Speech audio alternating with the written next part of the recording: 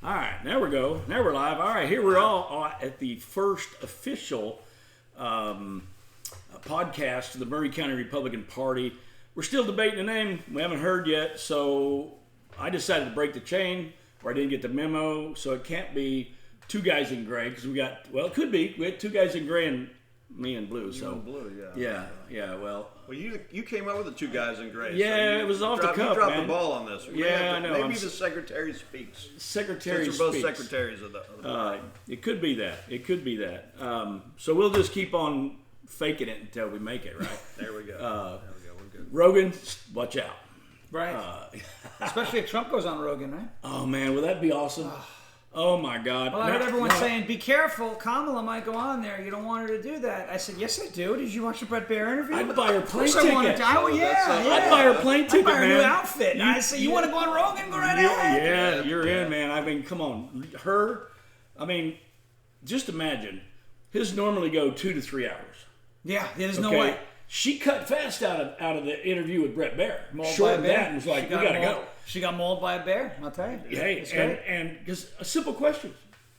Easy questions. Easy question, but the thing Fair about question. it is, Rogan ain't gonna sit. I mean, he'll ask her. He'll be respectful. He's always respectful. I've only seen him kind of rough up somebody once, which I thought was a little out of line. But other than that, I've watched him a lot, and I mean, even people that are being ridiculous, he's respectful. Right. But no, she's scared. That shit she's going on there. She ain't going. She can't have a normal conversation with people because she's not a normal person. That's the issue. That's a good way of putting it. She's not going to, so even if they're like, well, Rogan's not going to hit her hard, but she doesn't need to be hit. Brett Baer didn't hit her hard. Yeah. He asked her fair questions and she Simple. folded. A simple question. Like, well, what 3.5 years, right, what day is it? And she was like, well, I was born in a middle-class family. We didn't have calendars. I don't know what the days are. I was born like the rest of you. I don't know Monday through Friday. That's the problem. If you ask her what her favorite color is, her answer is, well, I grew up in the middle class. Yeah. Until you look at the mansions that they grew up in and you realize that. You see the house in Canada? It was like the Taj Mahal. Middle class? The place was beautiful. I said, I want to know what that middle class is like. Because I didn't grow up in that. This guy, Vance. Yeah. I'm talking about middle class. Yeah. And that probably wasn't even the middle class. That was probably the lower class in terms of Appalachia. Absolutely. I'm thrilled. One of the things when he named him that really excited me was that he will be the first enlisted Marine to ever serve as president or vice president, and to me that's like it's about damn time. As a fellow Marine, I'm like, dude, you need to get in there and bring that get it done attitude. Yeah. And I mean, he's got it. And so he definitely does. I mean, anybody can come from where he's come from and end up where he is today. That is the American dream. I mean, that's it. Hey, he's an embodiment of it. That's why they hate him. That's why they think it's weird. That's why they call him weird. Yeah. Achieving what he achieved is strange to them because they think you have to get a handout from the government. That you can't do it on your own, right? Yeah. Or you got to have the stamp from Yale or somebody. Well, the crazy part is he does have the stamp from Yale. Yeah, he's got the stamp and they still hate him. Tim Walz is like, well, he went to Yale. He's not middle. What? I mean, didn't he use Make the up GI your mind. Bill? He went to Yeah. He used the GI Bill, went to Yale, and and he did well. He was a classmate with Ramaswamy there. So Ohio's churning out some talent too. Let me tell you, It is. They're churning out some big talent. Ohio's historically there's more presidents come from Ohio than any other state in the union. So just don't veer off to talking about their football team. Let's not do that here. We're Tennessee. What, Ohio State? We don't want to talk about them. We don't want to talk about them. It's UT Saturday, UT and Alabama Saturday. Brisket chili is getting prepared right now, so we just hope we can do half as good as Vanderbilt. That's right. All right. Enough of the BS. We need to introduce our guest, man. Yeah. I want to introduce Shawn. Shawn, introduce yourself. Tell everybody who you are. We're really glad to have him him and his sweet wife as members of the party, the Maury County Republican Party. Most of all because they actually are setting a tone to do something. And a lot of people feel like I can't do anything. I'm a nobody. I can't do anything, and so they do nothing. And everybody can do something. I don't care if all it is, you go vote. I did today. See, here's my sticker. Sean's already I'm wearing voted. mine There's on his my hat. sticker. Yeah. And, go vote and then go get your friends and family. Go get 5 or 10 people to go vote. You can make a difference. Everybody can. You don't have to work the polls. You don't have to stand in the wave lines. You don't have to do that. Now, if you want to, plenty of places volunteer. Now, I'm not saying don't. What I'm saying is average people today, I think, have been convinced that they can't make a difference. And Sean's experience is an example of that you can. So let's hear it. Yeah, so my name's Shawn Farash. I moved to Tennessee with my wife last year in 2023, January. Came from New York, and the first question a lot of people ask me is, well, why did you move? What made you move out of New York? And my answer is New York. Right? That's what made me move out, because it's a hellhole. And honestly, it's what it is. It used to be a nice place. Long Island is still a nice place. It's overcrowded, a lot of traffic. I hear people in Tennessee talk about traffic, and I say, you don't know. Until you come back to where I grew up, and I'll show you traffic at 3 a.m, by the way. It doesn't matter what time of day, you're going to hit it. To the point where I thought people were being paid to cause it. There's no explanation as to why you would be going 30 miles an hour in the left lane at 2 a.m., on a parkway in New York, other than you've been tempted by money to do it. But I came from New York, and we came this close in New York to winning the governor's election in 2022. Lee Zeldin, very close. So we worked pretty closely with him. But I started a whole movement in New York. We called it the Loud Majority. It's still rolling. My friend up there who I started it with is still rolling it. He's still doing a really good job, and they're getting out. They're getting out the vote. They're also doing a lot of charitable work. I think they've sent three tractor trailers from Long Island of hurricane relief supplies down to East Tennessee and North Carolina. Awesome. North Carolina. Awesome. So, it's a little bit more than just politics up there sometimes. When I was up there in 2020, 4 years ago, right around this time, we started thinking, well, we're going to get all these people together. We can have our fun and do our convoys, right, with thousands, tens of thousands of vehicles. Actually, 4 years ago today is the anniversary of the first time we took 10,000 cars out to Montauk Point on Long Island. So it's the easternmost point on Long Island. We went out there. We had a plane. We had a friend of ours who was a pilot. He said, I'm only going to charge you for the gas. He flew a plane over the Montauk Lighthouse with a banner. Plane. It was, cool. It was really cool. But we did a lot of giving back. We did a lot of collections after 2020 and the trauma that we all experienced that morning. We had a couple of rallies in protest of what went on, and people were starting to say, well, you're denying the elections. I said, nah, stop. We're going to do a turkey drive, right? We're going to donate to homeless shelters on Long Island, and we collected over 300 frozen turkeys in one go. Wow. And there was a lot of people who otherwise wouldn't have eaten if it weren't for those scary, insurrectionists, right? So, long story short, on Long Island is, and I do we do a great job. Nobody does a better job. Wouldn't you sound like him? Matter of fact, there's a gentleman up in Wilson County who I'm recording radio ads for his business, and he submitted them to the radio station, and the radio station has told him there needs to be a disclaimer at the end because it sounds too much like Trump. We don't want to get sued. That's a true story. That's funny. So I have to put a disclaimer in there, which really means nobody does a better job. You know that? But it was before all that went viral, before anybody found out about it. We were running convoys and rallies and protests and gatherings, in New York. You think it's the belly of the beast. It's a blue state. Can you really get that many people together? The answer to that question is yes, because a lot of folks on Long Island, a lot of people in New York had a lot to be upset about. When I say New York to fellow Republicans, either like, right? It's one of those things. It's just but everybody, city that's really blue, right? It's the city, but it's because of the city that you have radicals like Kathy Hochul in power. So everybody around the city, both counties on Long Island, all the counties that are in upstate New York, the Republican heavy counties, have to live by their rules. But then the worst part about it is we don't get a vote on who New York City's mayor is because it's New York City. Correct. But New York City gets to determine every year who our governor is, how our assembly is composed. Yeah. And that's an issue that has happened everywhere. I've spent a lot of time in the Rome Boonville area, and Boonville's like a tiny little town that has this huge forestry show every year in New York, and we go every year to it with our company, and the people out there are much like the people in Tennessee, Upstate New York. Yeah. And I laugh because people say, well, you know, a lot of people will come to Tennessee or Kentucky or wherever, and they go, man, look at how those rednecks live out in the country. When you drive around, I've been all over the country from coast to coast, every state. It ain't a lot different. No. The Mason-Dixon line don't dictate what country folks live like. Upstate New York it's like a piece of the South in the north. Yeah. You get up there, and that's exactly how it is. There's Southern hospitality up there. There is. Even though you're, in some cases, very close to Canada, right? Closer to Canada than Tennessee. Seriously. So it's not a bad place to live. It's just there are really bad rules that you have to live under. And that's what people were upset about, especially in 2020, right? With COVID, with Andrew Cuomo and the ridiculous rules. Buffalo wings don't count as soup, so as food, but soup does. And you had to order a soup or something to get a beer at a bar.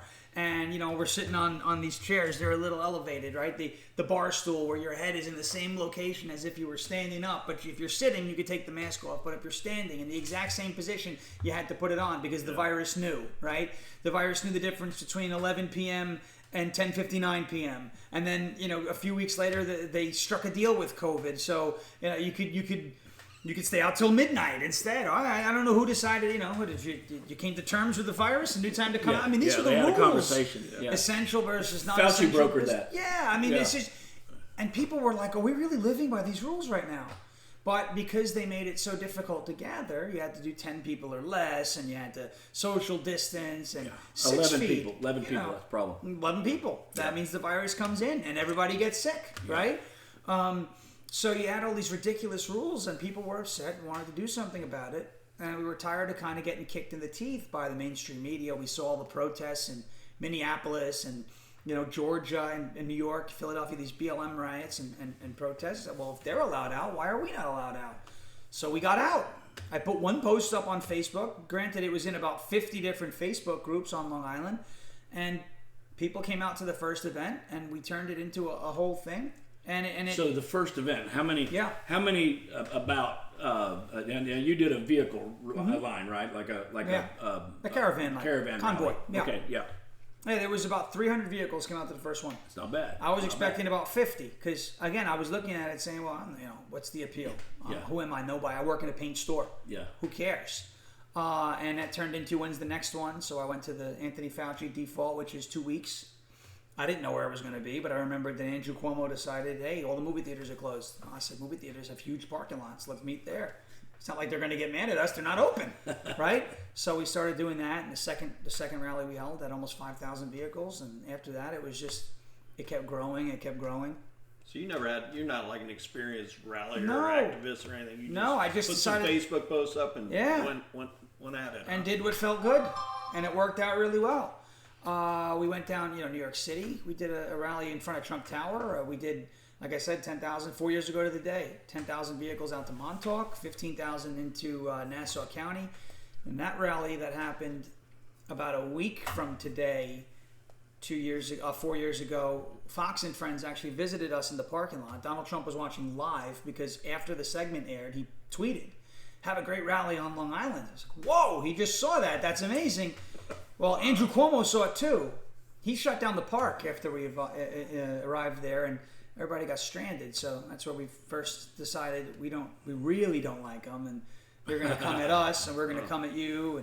And we visited his house on his birthday with a cake, and he didn't come out to his own. He didn't come out and cut his cake. No. Didn't blow the candle. What kind of jerk doesn't show up to their own birthday party? Right now, granted, a lot of people when they sang "Happy Birthday" call them a 4-letter word that isn't very friendly. That certainly wasn't love. There was a lot of words that people were angry. Yeah. But he didn't come to his own birthday party. We went to Hillary Clinton's house after that. We had a lot of fun there. But the point is, we were all having fun at these protests, but we didn't want to let the energy go. I wanted to do something. Protests are fun. Wanted to do something useful. So we started devoting time into school board races, library board races, county legislator races, county executive races. So we wound up flipping the westernmost county of Long Island, which is more of a blue county. It's closer to the city. We wound up flipping that from Democrat to Republican in the fall of 2021. and that was on the backs of the parental rights movement. So everybody talks about in Virginia, right? Loudoun County, Glenn Youngkin, that whole thing. That movement wasn't just in Virginia; it was everywhere. New Jersey almost flipped because of it. Nassau County flipped because of it. Suffolk County got a ton more legislators, Republican legislators, because of it. We got a new district attorney in Suffolk County because of it. A new district attorney in Nassau County because of it. And now we have the folks back home on Long Island in Suffolk, the Eastern County, just elected a Republican county executive for the first time in a long time. So Long Island, New York, is red. All right, it's more purple than, say, some of the upstate districts, but it is red. It is. There are Republicans there, and they're holding it down, and they don't want to give it up. And it's a nice place. It's overcrowded. The beaches are great. It's wonderful.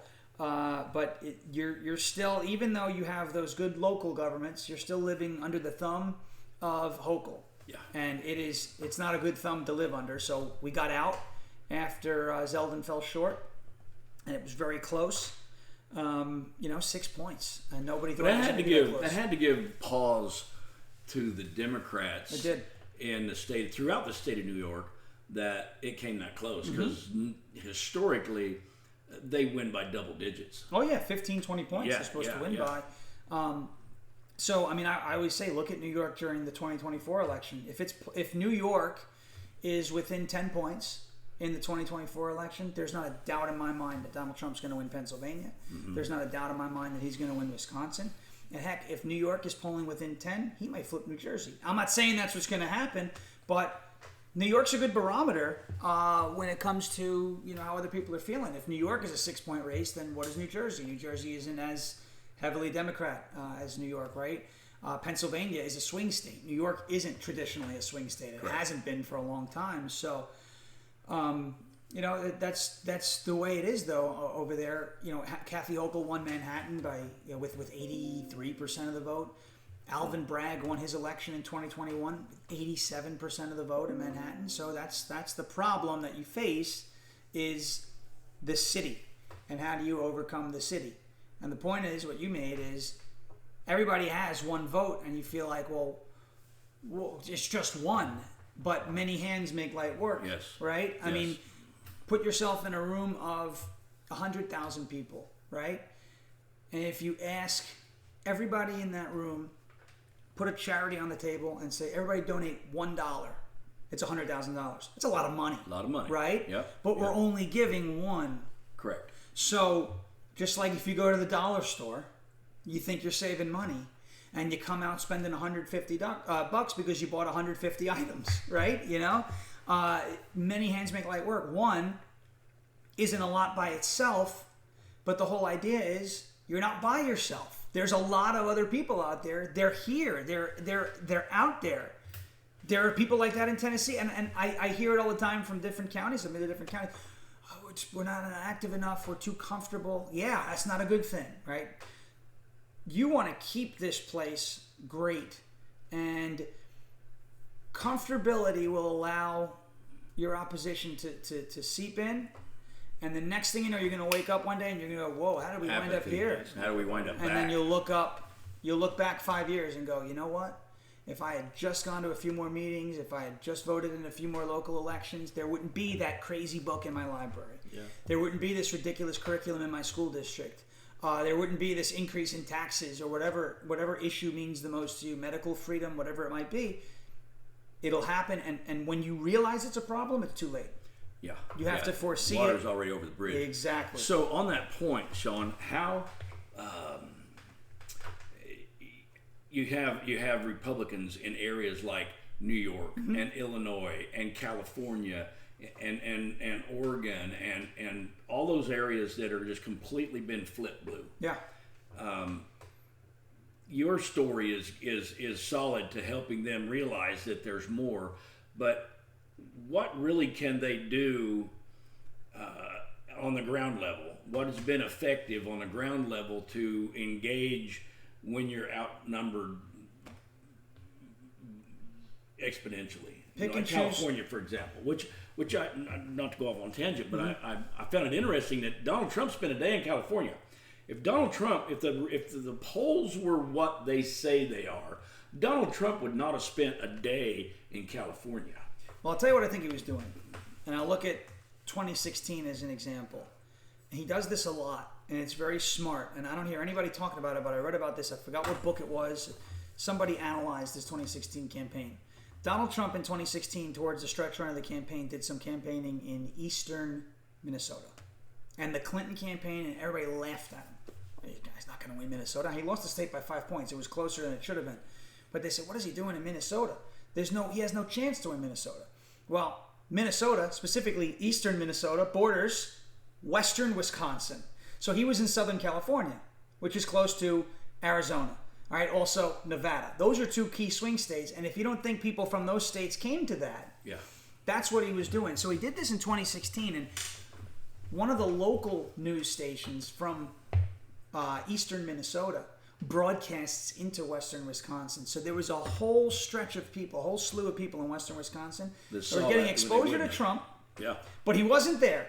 The Clinton campaign laughed at him, never paid a visit to Wisconsin down the stretch, and Donald Trump won Wisconsin. So a lot of times where he does these campaigns in Jersey, New York, or California, I like to look at the states that those states are touching. New York and New Jersey surround Pennsylvania. California, you have Arizona and Nevada. And a lot of people will look at him. I saw this happen from the left. What is he doing in Coachella? He's wasting all that money. No problem. I said, all right, fine. Because, he's making a statement in Kamala's backyard. Yeah. That's number one. But 2, you have Nevada and Arizona where you take those off the board. And I haven't seen her go back into Arizona or Nevada recently. Not as recent as Donald Trump was in California.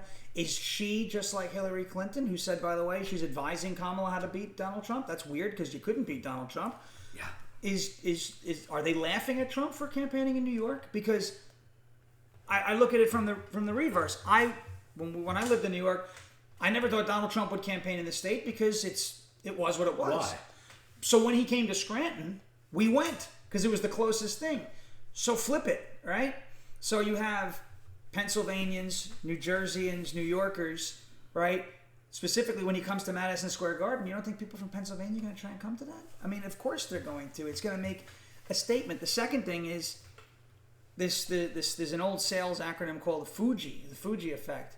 It's the fear of loss, urgency, Jones effect, and impulse. And what he's doing is by rallying in California. There are a lot of people who don't necessarily understand that California is a deep blue state and they don't get the deep politics of it, right? But there are people who will hear it and say, oh, California's a deep blue state, but look at how many people support Trump. Yeah. If that many people support Trump in California, it's not that bad, right? He's not that bad. So it gives that kind of psychological you keep up with the Joneses, right? Hey, I want to be like them. Yeah. Or give somebody that might be a middle-of-the-road person the opportunity to psychologically say, you know what, maybe I can go with that. You know what I mean? Yeah. And there's a lot of red out there, too, so it energizes those red people to get out and do stuff. Well, just because you win 60-40, that still means there's 40% Republican. Absolutely. There. So, there's a lot. And when you're dealing with states like California, New York, with massive populations, so 40%, but 40% of a state like New York is still a lot of people. Yeah. Right? Yeah. So same with California. Even if it's, 75-25, but 25% of however many people live in California, that's a lot of people, right? So you'll still be able to put up a big crowd, and it's the optics. It's the snapshot of the crowd. Whoa, Donald Trump, the headline isn't Trump was in California, what the hell's wrong with him? The headline is, look at the crowd that Trump brought in a blue state, right? And that's part of it too. So, but in a state like New York, people had a lot to be upset about, right? Yeah. That was the thing. California, Illinois, Washington State, Oregon. There's a lot to be upset about. Now, I moved with my wife to Tennessee because there's a lot less to be upset about in Tennessee. It's a much better place to live. And that's where the comfortability gets baked in because we're not that upset. We don't have to take action yet. Well, that's not true because if you're waiting for the problem to arrive on your doorstep, the day it does, it's too late. It's already been there for too long. I used to say this all the time, whatever segment of society you're into, sports, fitness, diet, health, cryptocurrency, I used to say it all the time. If you don't think the regime is going to try to control your segment, you don't know them. It's just a matter of time. Look at what they're doing. Look at what they're doing to crypto. Look at what they're doing to health and fitness. They have literally said running, something we all do or could do at some point, right? You have a policy. Running is linked to white supremacy. Yeah. So if you run, you're basically a Klansman. Yeah. If you're in shape and you exercise, you're privileged. You are exhibiting your white privilege. Mm-hmm. If you're not fat, slovenly, and sitting in front of the TV, eating bugs, up, right? Eating bugs and watching CNN. But it's true. You're the problem. You don't think if the FDA and all these, institutions got all this power over what we have to eat, if you decided to say, no, I don't want to have the bugs and all this processed stuff. Well, I mean, they've tried to ban raw milk, right? So you don't think they're going to call you a nutritional terrorist? You don't think they're thinking of that? Oh, of course they are. Thinking of it. Crypto, Bitcoin. You buy Bitcoin and it's decentralized, so there's a lot of it that they can't trace. You don't think financial terrorist is a term that's out there? You're a financial instrument. You don't think that's out there? Of course it is. That's why they want to tax unrealized gains by 25%. Right? They want to come for all of it. So that is the craziest thing. You're not safe, is the point, from the regime or from this power grab. And if you think you are, no, I just watch sports. I'm not going to get into it. Okay, you tell me you watch an NFL game, you don't see politics, right? Poured into it. Baseball too. It's one of the reasons I don't watch it anymore.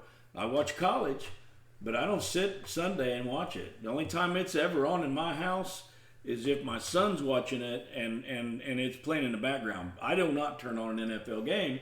I'm a veteran. I'm a patriot.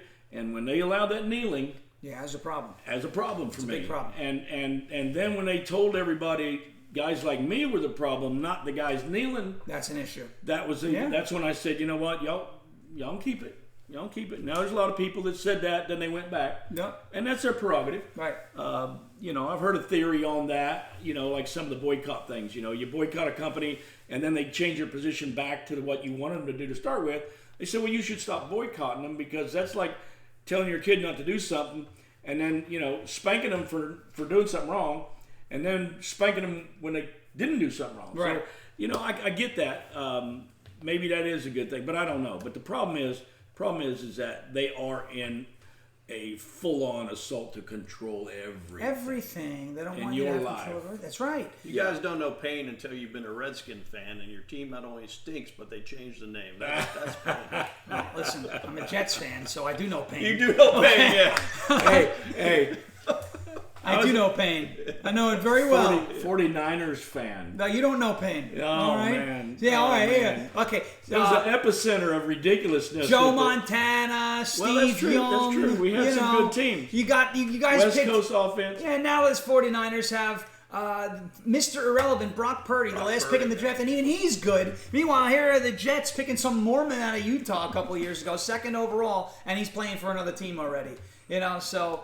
but obviously we need to talk football. Yeah. We know. I know pain. I'm a Jet fan. Know I know pain. Jet fan. Okay. Yeah, we'll give that to you. The only thing might be worse in New York would be the Bills. 4-time losers, man. They know pain. You know what Bills stands for? They know pain. What? Boy, I love losing Super Bowls. That's what Bills stands for. Okay. I was a season ticket holder of the Jets. I have a raspy voice because of the Jets. When I was 5 years old, Rich Kotite was our head coach. We went 1-15, and I screamed. And screamed and screamed and screamed and developed what's called vocal notes, which is one of the reasons why I could sound like the greatest president. I was just going to ask you when did the Trump thing really start? Yeah, that's a good question. When did you realize that you could do Trump that well, and how much did you have to sit and watch his mannerisms, because his speech patterns are unique. Yeah, His mannerisms are unique, and I mean if you're not doing that, all of it, sounding like he's One thing. Right. But being able to insert those little vocal twigs that's the difference. I got to tell you, my wife and I, we went out to dinner with you and you were had a great time. And we left that dinner like, sometimes I think he talks like Trump and probably doesn't even know it. Sometimes it does happen. I'll be on the phone with customer service or something and they'll start talking. I'll say, excuse me. She's like, you can't do that. That's not fair. Can't do what? I said, excuse me. The busy no, man. But you're Can you saying move it me like to the Trump. front of the pew? You know, I was selling. I was in sales, right? DirecTV with third party, but I was selling DirecTV. That was the product. And I was on Long Island. And this is also, you know, before I started this whole thing, it was years before that. It was like, I want to say 4 years, about 4 or 5 years before I'd started anything on Long Island. But you could tell it was getting red. Because anybody who I was asking, you know, do you want to switch? What is your favorite channel? A lot of people say, I don't want to switch unless I keep Fox News. That's, you know. So I would look at them in the middle of the sales pitch and I would say, I would never take that away from you. I would never do that. Who would do that? I would never do that. I would never make you watch the fake news. Rachel Mad Cow, we're not going to leave you with her. And they would laugh and buy. It worked in the pitch. So I was having fun. Making money, right? And it was nice. You know, then cord cutting happened, and it was a lot harder. I couldn't use that party trick to get the deal signed because it was like, yeah, but it's still more expensive than, you know, cord cutting or Netflix or whatever. So I went to selling paint, and my contractors that I sold a lot of paint to at Sherwin-Williams, they were all red-blooded, you know, blue collar. It doesn't take about 5 minutes in business to realize you're either conservative or bankrupt. That's it, you know. Or on a government dole, you know, one or the other. I would get some of these guys come into the store just to talk politics sometimes. I was like, you're going to have to buy something now. You've been in here for a half hour. Yeah. All right, you got to pick out a brush or something. Come on, you know. But it was fun. We were doing that. But it was really after everything got started on Long Island, it started to kind of refine, you know. And I had a friend of mine through that whole movement. We were door knocking, actually. We were having a good time. We were trying to get a New York City councilwoman, Republican, on the ballot, which we did get her on the ballot, and she got elected, and then just recently got reelected. Awesome. If you watch Newsmax, you probably have seen her a bunch. Vicky Palladino. She's a firecracker. Like, you don't mess with her. She's about 5'2", but she's an Italian from Whitestone, New York. And you don't mess with Vicky Palladino. She will destroy you. She will light a fire in front of you and drop the match in your face and then walk away as you burn. That's what'll happen, right, if you piss her off. So we wanted her fighting in the New York City Council. And she won. She flipped the seat. Again, fall of 2021, parental rights. We had issues with the schools over there in Whitestone. So, you know, that was another one that wouldn't have come about if people didn't do something. We were door knocking for her, getting signatures to get her on the ballot for the primary, and a friend of mine goes, you know, you got to go on TikTok with that. I said, well, we don't. I got along well with China, but I don't want to use the China virus app. We don't want to do that. He said, you got to do it. You're gonna get people watching, paying attention.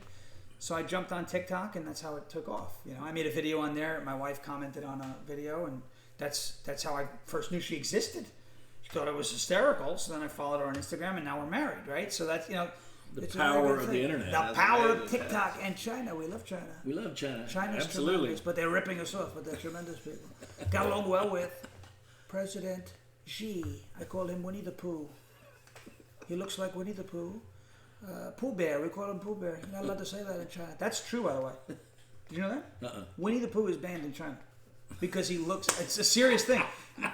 Even on Wednesday? Yeah, even on Wednesday, every day.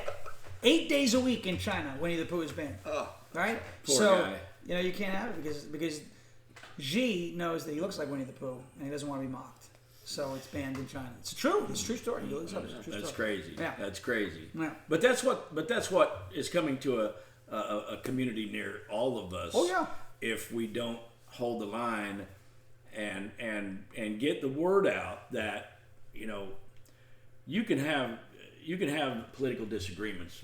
I'm old enough to remember that political disagreements, but you kind of believe that both sides really had the best interest of the citizen at heart. They just were disagreed on how to arrive there. Yeah. Now No. it's come down to a stark difference of one party is pro-freedom and one party is absolutely not. I mean, freedom has become a white separatist thing. I mean, I'm a nut job if I just say, hey, I just want to be left alone. That's it. Yeah, you're an extremist. I'm an extremist. That's imagine that, wanting to be left alone. Yeah, I is want to grow a extreme. garden. Oh my God, we can't have that. No. Like in Michigan, you know, we're going to outlaw. You can't. And during COVID, you can't buy seeds.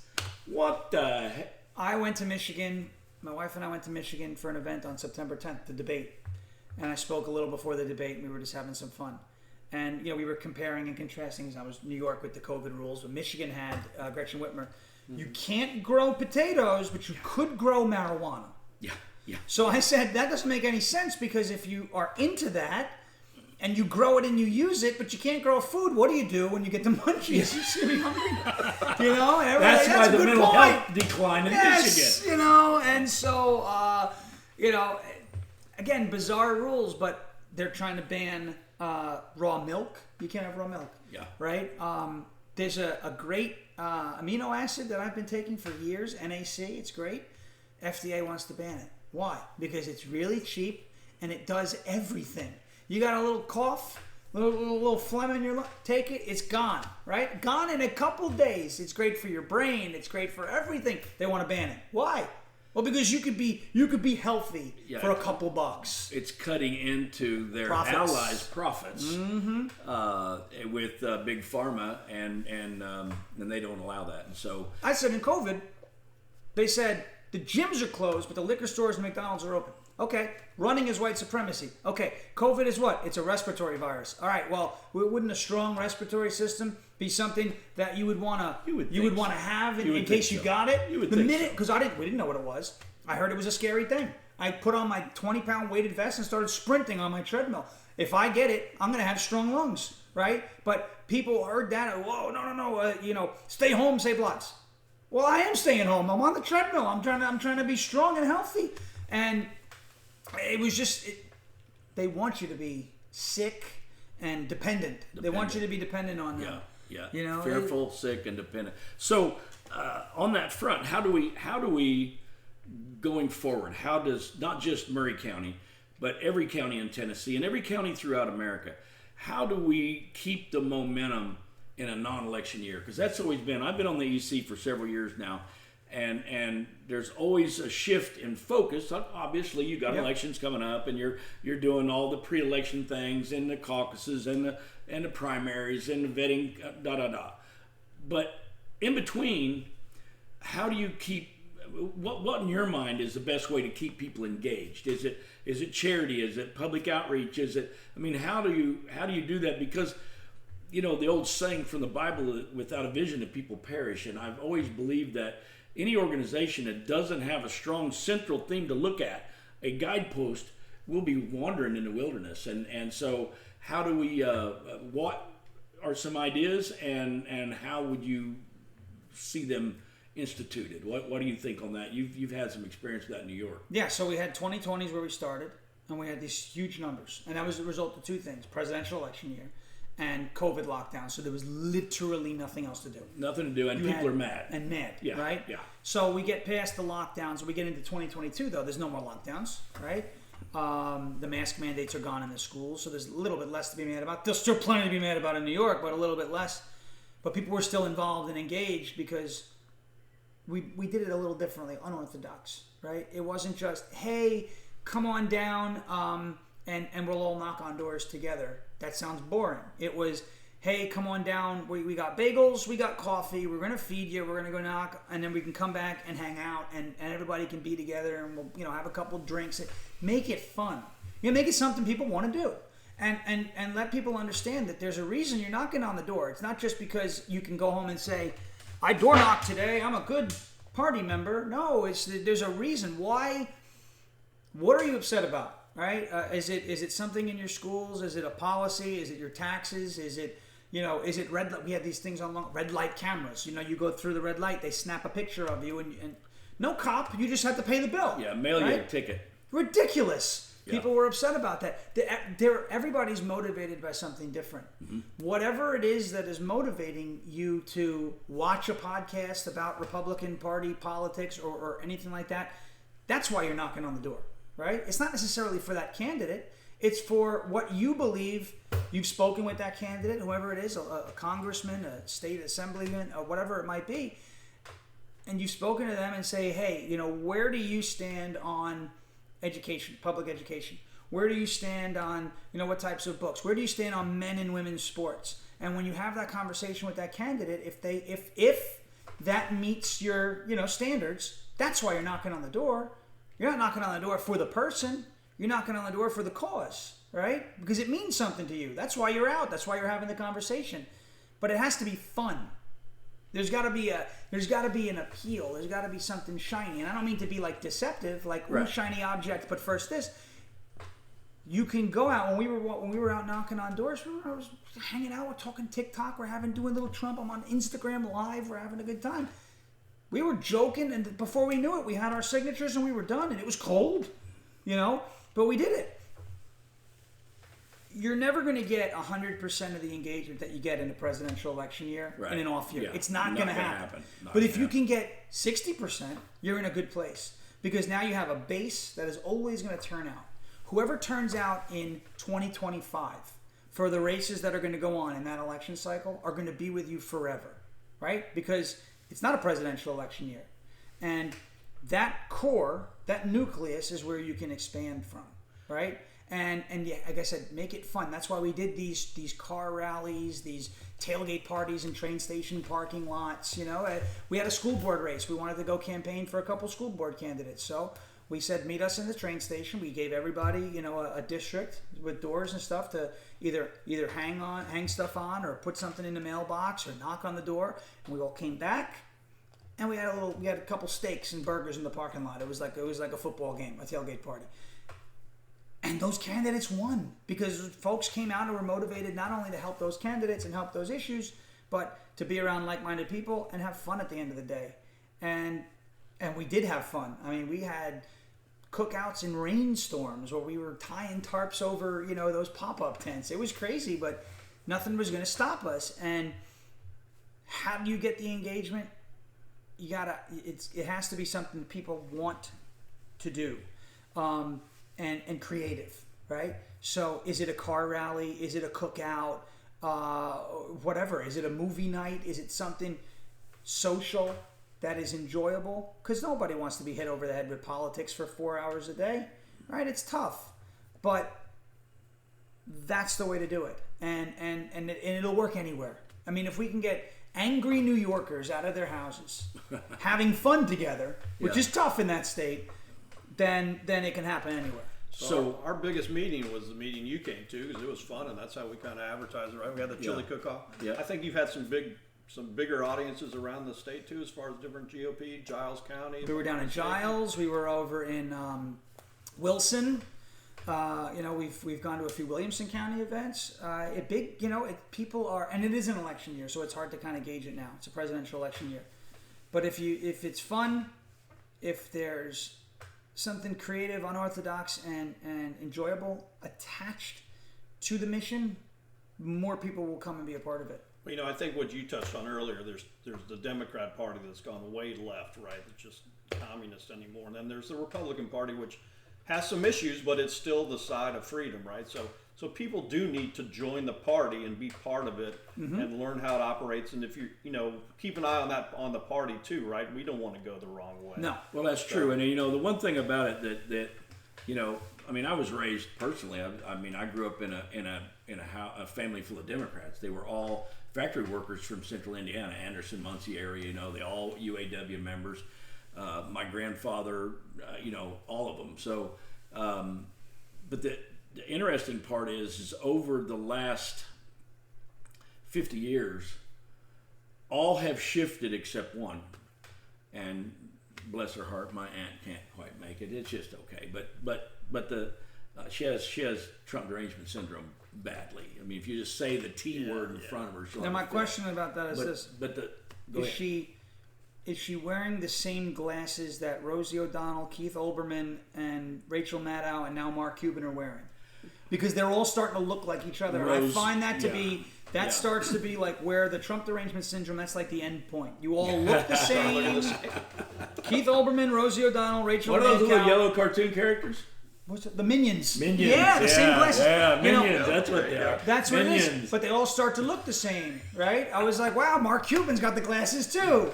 And he's out campaigning for Kamala, right? So he's starting to look like Rachel Maddow, who looks like Rosie, who looks like Keith Olbermann. So is she? Glasses? We have the same ones? Yeah, she's got the glasses. She's got the glasses. Every time. Every time. You know who else wears those glasses? Rashida Tlaib. And she looks like Roz from Monsters, Inc. Always watching you, Wazowski, right? She looks like Roz. We call her, you know what I call her? The notorious PIG. I call her Piggy Smalls. We don't like her very much. Not a nice woman.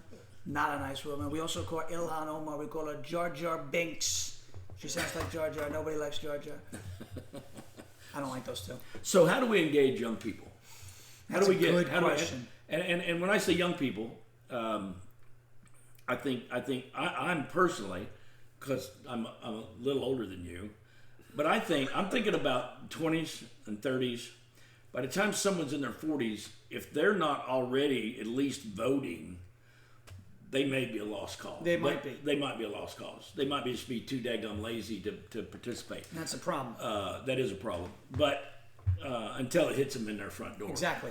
But the 20-somethings and the 30-somethings, I think most of them, and of course, I run in a more conservative circle, so I'm not hanging around with a bunch of people with purple hair and nose rings and bones in their face and all that stuff. So maybe I got a skewed view. But most of the kids that I know, my kids' age, they're pretty daggum conservative. Mm-hmm. That's starting to shift again. But yeah, and I hear demographically that the 20-somethings, especially the young men, are completely ate up with this mess that's going on. So, but how do we convert that disaffection with what the opposition is doing? How do we convert that to action and getting involved and at least coming out and vote? I mean, at least vote. That's the minimum charge for me to be a citizen. Right. Just vote. You got to think like an 18-year-old, right? That's the problem. What does an 18-year-old... Gets me in trouble. Right. What does a 23-year-old want to do? A 23-year-old wants to party, right? Yeah. And I'm not saying we have to throw keg parties in a parking lot and get irresponsible and reckless. But it's got to be... Sorry, Brady. It's got... Well, I mean, if you want to, hey, well, I'm fine to throw down. That's good. But, think like a young... And be where they are, right? Means they're not checking the mail. They're not going through emails. They don't care what's hanging on their door. They couldn't care less what's on their windshield. But they are on TikTok. They are on Instagram. And these are tough platforms to get on because they'll shut you down, right? But these folks... If there's a message that you're trying to reach, you got to speak like them. Someone's got to get on there who looks like them. And I can tell you what, when I was 23, I didn't want some 50-year-old guy telling me how to think. Yeah. I would say, well, no, I'm just not. I agree with him, but I'm still not going to give this person the satisfaction. It's the rebel of youth. I mean, you don't know anything, old man. Right. It's like the story. Your son thought you were an idiot when you were 18, but he was amazed at how much you learned when he turned 25. Right. So I mean, that's kind of the way it is. But we just figure out, like you said, how to get them engaged. What's a great resource? Parents with children in the school districts, right? Yeah. You know how many people that when we were running all these school board races, the kids were 12, 13, 14 years old. Now they're old enough to vote. Guess how they're voting? Because we showed up at the school board meetings and fought for them, right? So even the kids who can't vote, they will see it. They will come. We had parents bring their kids to everything, these rallies. They had so much fun. One of them right now is one of the is a huge Ashley is a huge part of Turning Point down in Alabama. She went down there with stories, all the rallies that we did in New York. They're like, well, you did all of that? Yeah, here's the pictures, right? So, and that's the point of throwing these types of events, right? That's why I say maybe not the keg party because you don't want to bring a 13 or a 14-year-old to that. Whatever, yeah. But they will see that there's fun on our side, and that breeds the next generation. They will take the torch. There were folks in many of these school districts, so we would go to these school board meetings, or then maybe go to a function at someone's house, and hey, this is my son, this is my daughter, and she's seen your video on TikTok and thinks it's hilarious. Okay, great. Oh yeah, she's like us. We're raising her the right way. Awesome, right? Oh, they're wearing your shirt that you guys printed out of, OMG. We had one that said OMG, and it stood for Orange Man Good, right? So we had a little orange with Trump's hair on it, because everyone said Orange Man Bad. They were wearing them into the schools and getting in trouble. And I was like, oh, you got in trouble. We had one, actually. This one kid was very upset with mask mandates, and we didn't like masks either from the beginning. And he went into the school without his mask on, and he was allowed to on one day. He was allowed to because there was a lawsuit that paused it for a day, and then the courts kind of screwed that up. But He went in without the mask on, and they put him in in-school suspension, even though it was legally he was allowed to not have it. And then the next day, he went in without the mask on, and he was supposed to have it on, and they did the same thing. The next day, he recruited like 20 of his friends to do it, and then the next day after that, there was like 100. There were 3 rooms of kids that weren't. I said, that's what I'm talking about, right? We were doing a live stream, and he called me from in-school suspension live. I was running it live, and he was like, "Here we are. We're in in-school suspension." Wow. His name was Noah. I said, "Noah, this is great, but don't get in trouble." Right? He's like, "I'm already in trouble. I'm in school suspension." Oh yeah, you know what? Good point. But no, the youth will get behind something, especially if it's that pushback, right? Like, you know, now being a conservative at 19 years old, that's like, you know, wearing the ripped jeans back in you are rebelling era. Because you're rebelling. You know, a lot of your peers are you know, with the purple hair and it's tough, right, in Tennessee to say, well, join the majority, it's rebelling, and it's weird, right? Because you know, this is a majority, but it's pushing back against the overall thing. So the message, right, is, well, Tennessee is a shining beacon. It could be you know, an example for the rest of the country to push back against the regimes like New York and California and Washington and Oregon, you know, and Jersey and the federal government. And if we can be the example that other people model themselves after, you know, that is how you can rebel while doing it in a friendly state. You know, you're not pushing back against power here. The folks who are in power, many of them, are generally on our side. Could it get better? Yes, nothing's perfect.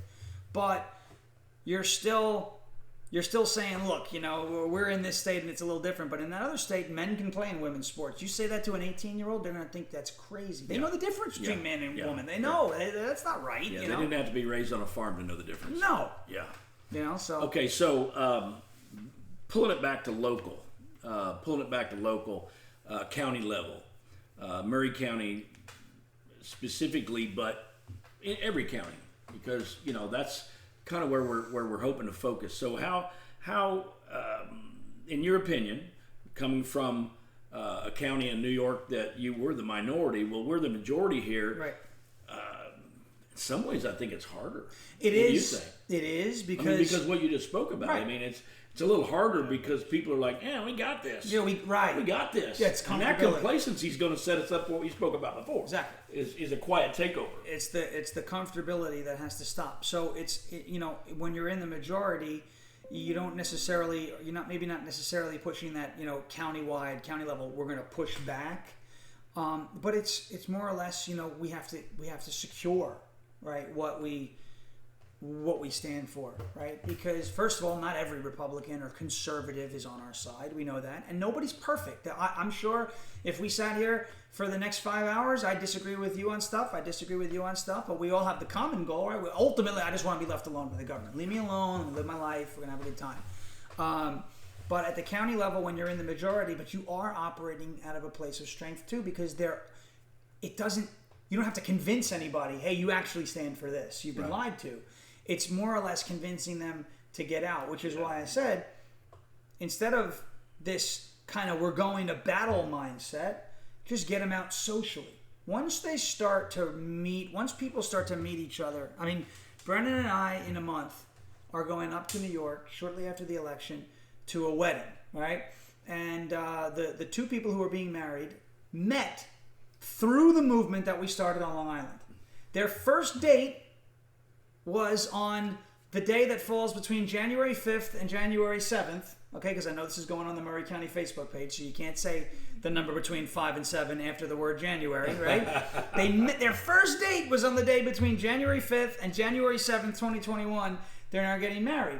And what my point is, you know, when you have these social events, folks come out, they start talking, the guard comes down. It's not necessarily this heavy-hitting political thing. It's just, I'm meeting people. Yeah. And you get hooked on that. You start to find new friends. And, hey, I believe, oh, you have a farm? Great. Oh, you do this? Oh, that's great. Oh, you're a, you know, we had folks on Long Island who, one guy did HVAC, one guy was a painter, one guy was a plumber, and then there was another guy who was a general contractor. And guess who he uses and subs out to all these jobs? He keeps it in there, right? So when Vinny's got a job to do, he calls Nick.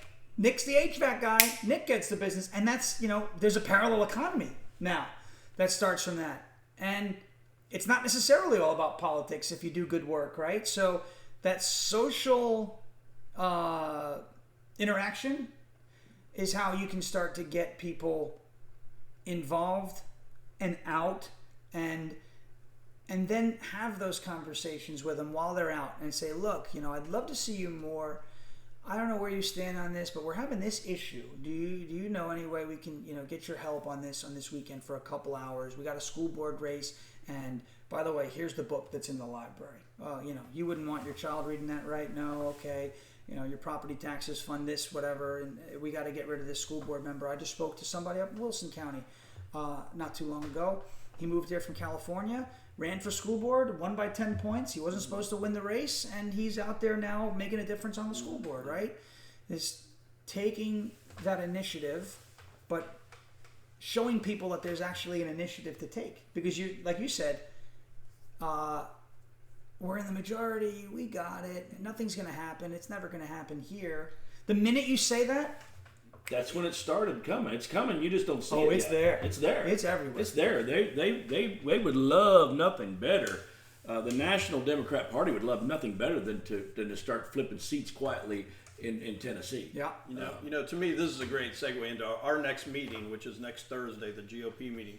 We're actually going to give back, right? So one generation away, an organization that rescues food and wants to wipe hunger off the face of the earth and does a lot in disaster areas. They've been up in Waverly where that flood happened a few years back. They continue to go because these disasters, it's long-term recovery, right? So they're going to be at our meeting. Tell us a little bit about what they do. The party's going to donate $500 plus $5 for every person at the meeting. So we want to pack that meeting. Bring a friend, bring your family, bring whatever, and let's give them a lot of money. And you also have the opportunity to give a donation yourself. But all you have to do is show up, and there's already a donation. Show up. And that's a amazing. donation on your behalf for showing up. Just for showing up. right. It's not even coming out of your pocket. You're a number, that's a donation. That's So great. another question on that is, will they also at the meeting be picking up items? Will we be able to bring physical items, toilet paper, canned goods, shelf-stable things? Yeah, there'll be a list on our Facebook page of items you can bring. Post that shortly. You can bring. Yeah. People can show up, just bring the items. We'll donate them to them. But anyway, it's a great way just to give back. The party's going to give back, and let's help people out and just participate, show up, bring some folks, and let's raise a lot of money for them. That's the best way to do it. And people will come together for a cause like that too. Yeah. It may not be something with your school board, but when the hurricane happens and people need help, folks will rally around each other and together to make that difference. Like I said, 3 tractor trailers from Long Island have made it to Western North Carolina, East Tennessee. And it's not we're not dealing with good economic times for a lot of people right now. Right. That's right. Things are tough. The fact that 3 tractor trailers got packed with supplies from Long Island is amazing. And the fact that it's happened all over the place is amazing. So people will come together for a good cause. Yeah. And when you've got them together and then, form those friendships, form those bonds. You guys are nice people. We came to the first meeting. We were driving home. I love this crew. This is it's a great crew. And you're in a weird district, though, District 8 now. Well, listen, it's okay. Some people call it the greatest district. You just don't know it yet. I've heard that. It formerly was the greatest because we were in it, but when we redistricted, then 9 kind of took the edge. I love the competition, by the way. Yeah, the hat, and the trophy. That's fun. And that's something fun and unorthodox but creative to get people out. Yeah. And that will make the difference. Folks who are going to repeat the same tired behaviors that folks are exhausted of and from are never going to evolve. But when you start to do this friendly competition, right? That's all it is a trophy, the hat's on it. Yeah, it's funny. Fun. It's fun. And it's a good time, and everyone's, the hands go up, and there's recounts going on, and Mickey left, and then there was like, well, now he doesn't count, and they called him, and it was like, it was a serious thing, but that's great because it's getting people there. And once you get them there, and they're learning about, like the last meeting, Tren de Aragua in a Motel 6 in Murfreesboro. I don't want to hear about, I want to know, but that's not what I want to know is going on in my state. Right? So what I want to know, and I think what this is really all about is we're trying to find ways to motivate and educate and illuminate ideas that impact Maury County specifically and statewide, in a general sense. I think we hit a lot of good points, a lot of fun today, but to try to start landing this spacecraft here, because now we have Elon. We love him. We love Elon. Come on, tell us about Elon. We call him Big Rocket Man. We have Little Rocket Man, Kim Jong-un, and he's got little rockets, and also you look at him, he's a tiny person, he's probably got a little rocket as well, and I have a big one. Nobody has a bigger rocket than I do. We know about it, but we love Elon. He's a great guy, and he's doing a tremendous job. He lands spacecrafts all over the place. Mars, he wants to go to Mars, you know about it. They call it the Red Planet, and they're trying to flip it. It's a good place to aim for. They're trying to flip Mars. They say there's going to be ballots at 3 a.m. It's going to be the blue planet very soon. It's going to look like Neptune. Neptune, which is one of the gas giants, not to be confused with Chris Christie, Rosie O'Donnell, and Joy Behar, who are also gas giants. That much I can tell you. Yeah, they can. I forgot Stacey Abrams too. We call her the Beast of the Southeast. Yeah. They could be in the Macy's parade with no extra gas needed. The biggest Thanksgiving Day float isn't even a float. Rosie O'Donnell shows up in New York City. Hey, put that float in the parade. No, she's just a person. She's waddling. Just waddling. Yeah. Waddling. So you want to tell everybody where to find you too, or can find you online? Yeah, by all means. Tell them. How do we? I tell you. You gotta go check this out. You gotta go check this out because there's, in my opinion, there's nothing funnier than your little bit where you're ordering fast food at the window as Trump. Because I can just see the look on whoever's got the headset on, going, holy moly. Because I had you on upstairs here a while back on the laptop, but I had it turned up, and Cheryl walks in, and she's like, what are you listening to? I said, I'm listening to President Trump. Oh, no. And she went, where's he at? And then you made some funny comment, and she went, what is that? You were busted then, because then she was like, what is that? Right. Well, we did that. It's funny, because I used to do I like the weather. I'm a weather nerd. So I used to Trump the weatherman. When it would be big snow on Long Island, I would do little one. We're going to get so much snow. You can build a snowman bigger than Chris Christie. Big, beautiful snowman. And my aunt, her mother was like, why is Trump talking about the weather? He doesn't know what he's talking about. She's like, Mom, it's Shawn. Well, oh my God, that's him again. I can't take it. So, going to the drive-thru is always fun. One of the first times I did that was at Taco Bell. I was ordering my friend's food, and I get to the window. The guy's laughing. I said, did you know what I was doing? He goes, yeah, you sounded just like Trump. I said, do me a favor, go on TikTok. Go to, I'm going to post this video as soon as you give me the food. And just write on there, I got the order. Right? I was the one who took the order. And he wrote, I was the one who took the order. And you know what his profile picture was? The Black Lives Matter fist. And it wasn't my food. So I said to my buddy, I said, hey, I'm sorry. He goes, what? I said, this is the guy who just took the order. And he's got a BLM fist, which means you definitely just ate spit. And, but he was a good sport. Put some extra red sauce on it. He was a good sport about it. And people were roasting him in the comments. I felt so bad. I was like, well, I said, leave him alone. He was a good sport. But that's what happened with one of the drive-thrus. We do the drive-thru every now and again, so we're gonna have to go back because Trump says he's gonna work at McDonald's now. Yeah, it's a good time. Yeah. You don't want to be funny. Would it really be hilarious? If I ordered it, while he's on the other end. The problem is I'm gonna have to go to Philadelphia and drive around there, which But that would be very interesting. That'd be hilarious. Yeah, welcome to McDonald's. I knew you were gonna be here. Look at you. You're cooking the fries. He did the fries. Let's. We don't want to bore everybody too bad. We don't want to go on much beyond an hour. Right. We're at about an hour right now. So, all right. Remember, Thursday night next week, Memorial Building. Come, bring canned goods. Check the website. Check email, and check your Facebook. Check our Facebook because I will post exactly what to bring. If you want to donate physical items, just come, bring a friend because everybody walks through the door. It's got to be an extra $5 for charity. And And I think that's it for the moment. You got anything else, Chris? No, I'm good. I'm good. Appreciate All Shawn right. and his wife. Thank you so much for coming. Hey, thanks. Appreciate Being number one, Yeah. and we always get a kick out of hearing you carry on in the best president's voice ever. I have voted. We're gonna do so well. I voted in every We're gonna do so well. presidential election since 1980, That's amazing. and I've only voted for 2 presidents. Really? Yes, Wow. I held my nose and voted against other people, Right. but the only 2 I ever voted for was Ronald Reagan and Donald Trump. There you go. Those are The ones rest you of want. them, I just went Right. flip the switch. You know what I mean? Right. So it's hopefully we'll get enough traction nationwide in the swing states to pull that off. And I think we will. But we need a whole lot more than one man. Just everybody needs to understand. That's Trump right. can't do it alone. That's right. Yeah. Everybody has to do their part. You have to vote. You have to be engaged. You have to write your congressman. You got to be heard. And We don't want him to do it alone.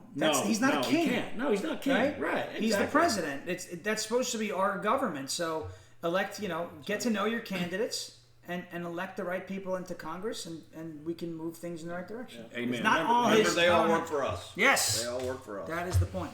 Okay, you're new. One last question before we close. My little brain just pops them out. So one last question. You guys are new here. Yeah. Okay, you're new to Maury County. Yeah. We're looking for ideas. Chris and I are looking for ideas. Who we need to interview and have on in the next 2 weeks from now, and what topics do we need to be focusing on? So as a new person, we have a lot of new people in Maury County. You're just one of 40,000 who have joined us in this wonderful place lately. So what do you think? Who should we be talking to? What topics should we be addressing? Well, I would say the topic should be something that will matter to a lot of people who are moving into the county, and I think education is a big one. I know from my experience on Long Island, when it comes to parents having to put their child in public school, they're not in control of what they're learning and how they're learning it. And one of the silver linings of COVID was the Zoom classes. Saying, boy, well, what did your teacher just say? What's in that lesson? So education's a big one because a lot of people can relate to that. And even if you don't have children in the district, Still matters. you're paying property taxes. Yeah. And you're funding that. And I remember I did this. A lot of people who got involved in school board races and the school board movement on Long Island didn't necessarily have children in the district. But my message was, whether you have kids in there or not, you pay property taxes. You are funding that. And if you support Donald Trump and the America First movement, well, unfortunately, you're funding things that are producing new people, the kids who are graduating, that will stand against what you stand for because of what they've been taught. Yeah. Right? So education was always for me an America First issue. And a lot of people want that populist America First. I say education number one. And if you're looking for interviews, find a friendly school board candidate and start there and see what issues they are seeing on their school board, what they're willing to talk about, where they need help, and see who that reaches. Because I bet you education will look at one Glenn Youngkin, Virginia. It won a bunch of seats for us on Long Island. It nearly flipped New Jersey. It's a very important issue. People vote for the future of their kids, and that's where it is. So I would go there. There are other topics, obviously, but my number one is always education. Awesome. Very good. Awesome. Very good. Thank you again. And you can find this on Rumble. You can find this on YouTube. You can find this on the blog page of the Maury County Republican Party website, which is maurytngop.com. And you can go to Maury County Republican Party Facebook page. It'll be all there shortly. And we'll see you in a week or two. Get out and vote early, vote often, take your friends. And don't forget, next Thursday, bring a friend. It's worth $5 for charity. Have a good one.